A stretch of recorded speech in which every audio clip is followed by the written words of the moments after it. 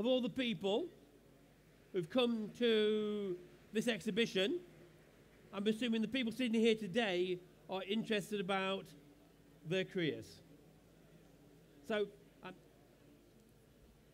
for the next 30 minutes, all I'm going to do is try and help you manage your career more effectively. I passionately believe everyone can get job satisfaction and career success.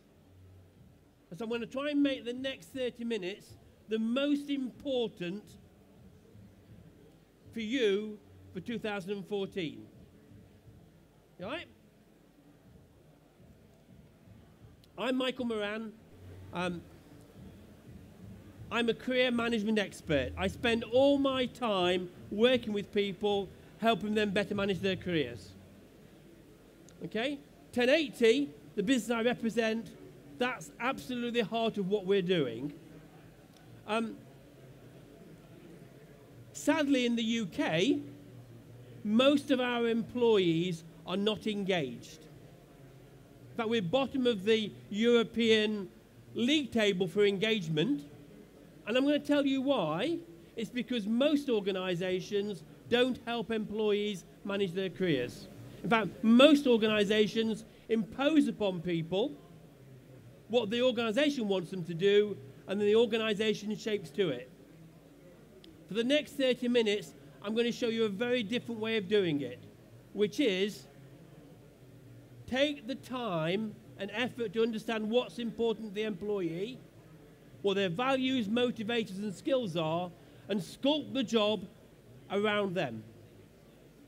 All engagement surveys show us what employees want are managers who listen, care, and develop.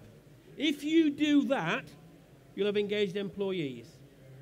And I'm going to make the case, if you've got engaged employees, you'll have a profitable business. You'll have customer satisfaction. You'll have shareholder value.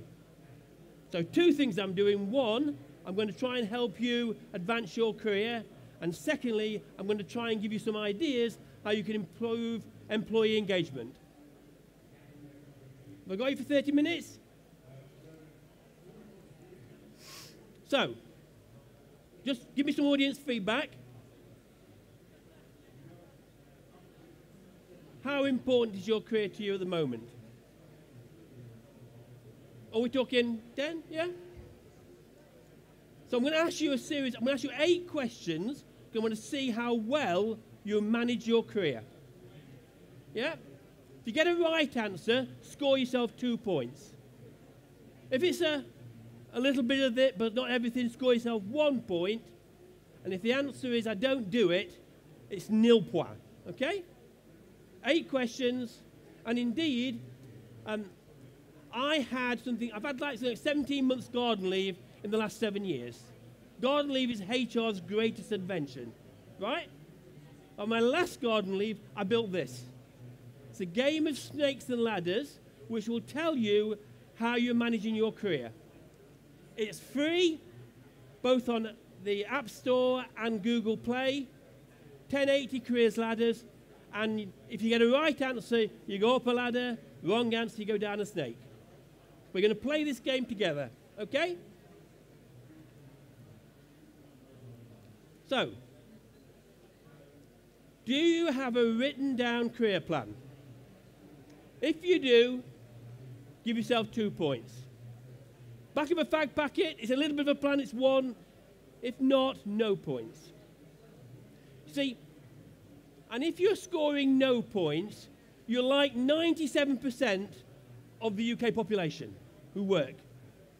Indeed, what I don't understand is, given that you're going to spend probably 40 to 50 years working 40 hours a week for 48 weeks in a year, and most people don't plan their careers. Don't plan it at all. Indeed, we spend more time planning a holiday. We'll go on to Expedia, we'll go to TripAdvisor for something that's for 2 weeks, and yet in 3 months' time it's a distant memory. I don't understand that. But the bottom line is, all the research shows you that if you don't plan your career, you will not get to the destination. Just think about it if you did your holiday. If you got on the first plane on the 28th of August and just went to where it is, and then you said, do you know what, Michael? I don't like it. It's too hot. It's too cold. So rule one, have a career plan. Secondly, in your current role, are you appreciating as an asset? As a balance sheet, are we appreciating? I have a rule. The first 18 months of any new job, you acquire information you appreciate. The next 18 months you pay back. You contribute. If you've been there 3 years and you're not doing anything new, you're not learning, get out.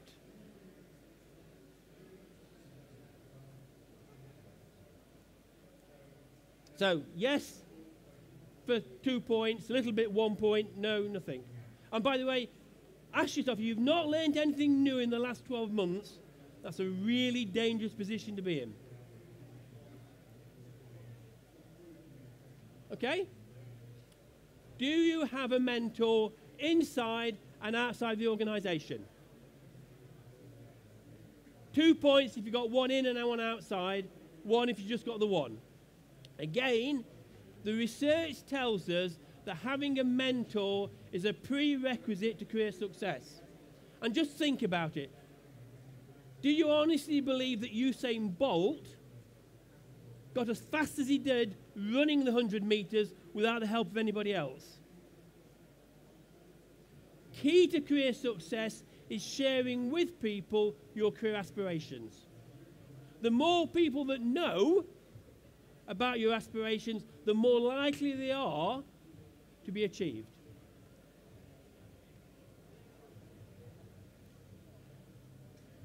More responsibility. Career success is determined about actively seeking out additional responsibility. Putting your hand up and saying, I want to do that. I'm curious about it. So again, has your job enlarged? So we're not going to knowledge, but the length of scope, has it increased? Again, if it has, it's 2 points.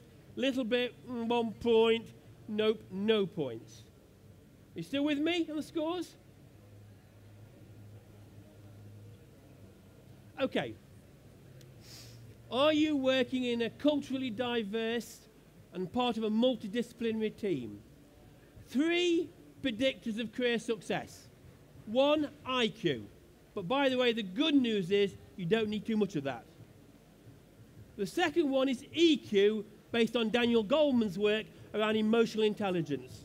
It's not what you know, it's how you relate to people. But increasingly in today's society, LQ, learning agility. How many of you got a BlackBerry? BlackBerry? How many's got a smartphone? If you're working in BlackBerry today, it's a hard job, isn't it? What we know is the technology is overtaking it. Like if I said to you 20 years ago, you're going to be a telex operator, today you're unemployable. The issue of learning agility is the ability to respond to marketplaces when they change. And therefore, in terms of career advice, working in very different environments, for the audience here, if you've worked overseas, I will guarantee you, in terms of learning agility, you'll be better than people who just worked in the same environment. It is not a good strategy to work for the same organization for 40 years. Michael's rule of thumb: if you've worked for 15 years for one company, or you've worked for 15 years in the same sector for 3 different companies, there's 2 things I will guarantee you about that latter case. The first one is you're paid more. Anything between 25 and 30% higher as a result of moving around. And secondly, you're more employable. Why? Because you know how the competitors do it. Maybe it's not what they tell you at business school. Next. Now, I'm assuming most people understand that getting jobs today is all about having a powerful network. So again, how many people do you need in your network to advance your career? 2 points for 250, 1 point for between 100 and 250, no points for less than 100. And when I mean a network, I'm talking about people that you know to whom you've added value and they owe you a favor. If you're going to the job market to get yourself a new job, and you've got people out there who are looking out for you, who owe you a favor and can introduce you, it's a very easy task. For those of us in the HR&D community, we're good at working hard and keeping a head down and staying within the organization. It's the worst thing you can do in terms of career advancement.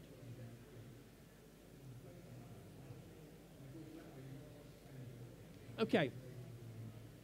By personal brand, I mean what it is that people say about you when they leave the room, when you leave the room. If we're thinking about a project or another job, what are they saying about you as to why they think you should be given that role? When I do this a longer session, I show pictures of David and Victoria Beckham over the last 20 years. And how David Beckham has moved from sporting superstar to ambassador for UK. Victoria Beckham has gone from posh spice to fashion icon, working mother. Now, by the way, those images, they haven't just made up. They've had people working on them. So inside the organization, you have to do something similar. I repeat, are you known by your boss's peers? And are you known outside by the organization by your competitors? 2 points if you get both right, 1 if got 1, none if the others. Okay? Okay? Assuming there's 2 career paths, one is technical excellence, thought leadership, one is managerial leadership capability. Again, in the last 6 months, what extent have you increased that knowledge? If we're in L&D, and being here today is a big bonus, isn't it? It's around how you are accumulating new knowledge. What are the latest fashions in social learning, mobile learning? Are you appreciating? Again, more than 50% is 2 points. 25 to 51 point. Less than 25%, no points. So what have I got? Has anybody scored 17? Because if you have, you can't add up. Maximum score is 16. How many people have got between 12 and 16? You don't need to tell me, but if you're between 12 and 16, you're doing most of the right things. Congratulations. I can assure you your career's going in the right direction. If you're between 8 and 12, you're spending some time on it, but you're not spending enough time on it. And remember, managing your careers is your responsibility. It's far too important to delegate it to an organisation, and indeed there's no organisation in the UK that can guarantee you job security. They will only employ you if you've got employable skills. Which brings to me, if you've got less than 8, today is your wake-up call. That's why I said this is the most important 30 minutes of 2014, because it's down to you to manage your career. So I've posed the questions. What I should do, of course, then is give you things you can do to manage your career better. This is the model we at 10Eighty's use in terms of career management. There's 3 things you've got to do. 1, you've got to understand yourself, the why piece. What's important to you? What are your personal values? What are your career values? What are the things that motivate you? The second thing is fairly obviously knowing how. What's your skill set? And by the way, I come from the perspective of if you like something, you can become good at it. By the way, if you don't like something, at best, you'll be average. Worse, I can always find somebody who does like it and be better than you. And thirdly, really, really important in today's society, is knowing whom. I repeat, it's not sufficient for you just to be good at your job. People need to know you're good at the job. People need to know what your aspirations for the future are, and they need to be your ambassadors to sell you. To do that, you have to promote yourself. It won't just happen. And I know it's not fair, but I'm telling you, self-promotion, and I don't mean boastful self, I mean self-promotion in the right way is critical to success. Knowing why, knowing how, knowing whom. Of course, why is it, if you answered 0 or 1 to the career plan question, why is it, because you know it's important really, you're bright people, why is it people don't spend time planning their career? Because I think it's in the too difficult to do box. So I'm going to help you in the sense of these are the things that can structure your thoughts, so at least by answering questions around why, how and whom, you can produce a career plan. And this is a career centre. And my offer to everybody in the room today is that you can have free access to this tool and to get feedback over the phone. And of course I'm trying to sell it into organisations because I think it will improve employee engagement. But at this moment I'm focused on you. So if nothing else, taking the time out to do this, I promise you, will help advance your career in 2014. That's the front end. The personal there are 2 types of personal values, by the way. There's personal values, the thing that you hold dear. If I cut you in half and you were a stick of rock, these are the things I would see. If there's not alignment between your values, your boss's values, and the organisational values, there's only one thing going to happen. You are going to be unhappy. You are going to be unsuccessful. So knowing this is really important. These are fixed and they last for your lifetime. It's a thing when you're looking at a job or a boss, you're checking to see whether he or she agrees with you. Career values do change over time, and indeed, you don't have to get them met, all of them, in work. But I do know the top 3 or the top 5 have got to be present for 90% of the time. So on this one, for example, on people content, and it's fairly obvious, isn't it? But if that's important to you and you're working as a sole trader, you're not going to be happy, you're not going to perform. These questions, when you do an appraisal or development session, you're telling your boss, this is what matters to me, boss. Please design the job around these for me. Oh, and by the way, as a boss, if I say, yeah, but actually, no, I want you to work on your own, you're in the wrong place, then the conversation takes that view, we need to do something about that, don't we? So it's a two-way thing. It is about trying to meet your needs, but if need be, maybe there's some of your needs I can't meet and you're being unrealistic about them. Motivators. This is based on the work of John Holland, and this is basically saying these are the things, the accelerators. If I want you to go faster, if I want you to be more committed, more productive, I've got to tap into these. So if you think about your current role, look at, the definition, say if you're an L&D, expertise is high, that's a good thing. Conversely, if business creation is high and you're part of a large corporate, you're not going to be happy. This is all about understanding what drives you.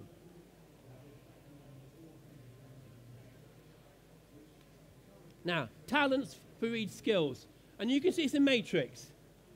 It works on the premise, do you enjoy doing it? And are you good at it? So, in your current role, using this example, what we really want to see is that coaching and problem solving and writing are key elements of your job. Indeed, worse, if we look on the bottom right-hand corner, if they're in your current job, You're not going to be happy. You're not going to perform. Now, you can see the power of this conversation between management and the employee. Developmentally, the things that you can improve are advising, deciding, motivating, and implementing, because you like doing them, but you're only competent at them. It comes from that principle of let's take what you do well and do more of it. You can move those things into the left-hand side of the box. By the way, you'll never become good at counselling and mediating because you don't like it. Now, lastly, so 3 reports we've done: values, motivators, and talents. The last one is a career agility, which is effectively saying, let's look at your career plan, where you're trying to get to, what's your state of readiness to get there. And so the top 2 ones around the career stage and the role stage, where do you see you across the whole of your career and in your current job? So you could be at a fairly early stage in your career, but I've been 3 years as a learning and development advisor. It's time to move on. Or likewise, I could just have been appointed as HRD, so I'm at the mastery level, but I'm newly in the job, so I'm still learning it. So that says you where you think you are and why your current job stands in focus to it. The pathway, am I going down an expert or a leadership perspective? Those of you who do management development, we spend a lot of time getting people who are expert to be leaders. Wrong box. Need to know at an earlier stage in your career. How does your career stand in priorities vis-a-vis other things in your life? How mobile are you? What's your level of flexibility? And the interesting thing about this is, when we talk about the accelerator, decelerator, I'll see people who say, Michael, I want to accelerate my career, but actually other things are more important. I've got low flexibility. I can't move. And actually, life's probably more important. And about 6 months ago, I did a big survey of HR people on this. That's completely unrealistic. You need these dials to be in alignment. Hopefully you can see, this is an MOT of you and your state of readiness to progress your career in 2014. So, why do I think this is important? I think it's really important to you, but I think it's not soft and fluffy. I think there's a real return on investment here. I think you can increase employee engagement, and I'm going to show you the impact of that in a moment. I think as a business, we need to understand, I think why UK PLC is bottom of the list is we don't take time to understand what's important to our employees. We impose on them by performance management what we want them to do. I'm flipping it. If I understand what's important to my employees and I deliver around that agenda, I'll have a successful benefit. But the report will tell you what your employees' values are, what they consider their talents to be collectively. It will make sure your talent pipeline is engaged. From an employee perspective, and test the product, it means you've got a plan. You know where you're trying to get to. And because of that, you'll be more productive, more engaged, be more loyal. And you can then sort where are the opportunities in the organization. And lastly, and we're not good at this, are we? Because we don't train managers for it. The one thing employees want, we spend very little time coaching managers for, it makes you sit down with a manager to talk to you, the employee, what you want out of the job, what you want out of the company. And I'm saying you can sculpt it. There's a really good Harvard Business Review called Job Sculpting around how you create the job around employees' needs. And that powerful conversation, remember what I said about engagement. Employees, according to McLeod, say what they want. They want a manager who listens, cares, and stretches. But let me get to the top line. If you're in L&D now, I'm going to make a suggestion how you can increase your impact in the business. Make an appointment and go and see the finance director and say to him, are you interested in putting £1,500 per person on the bottom line of the business? In fact, do the calculation. Think in your head, how many people do we employ? Times it by £1,500.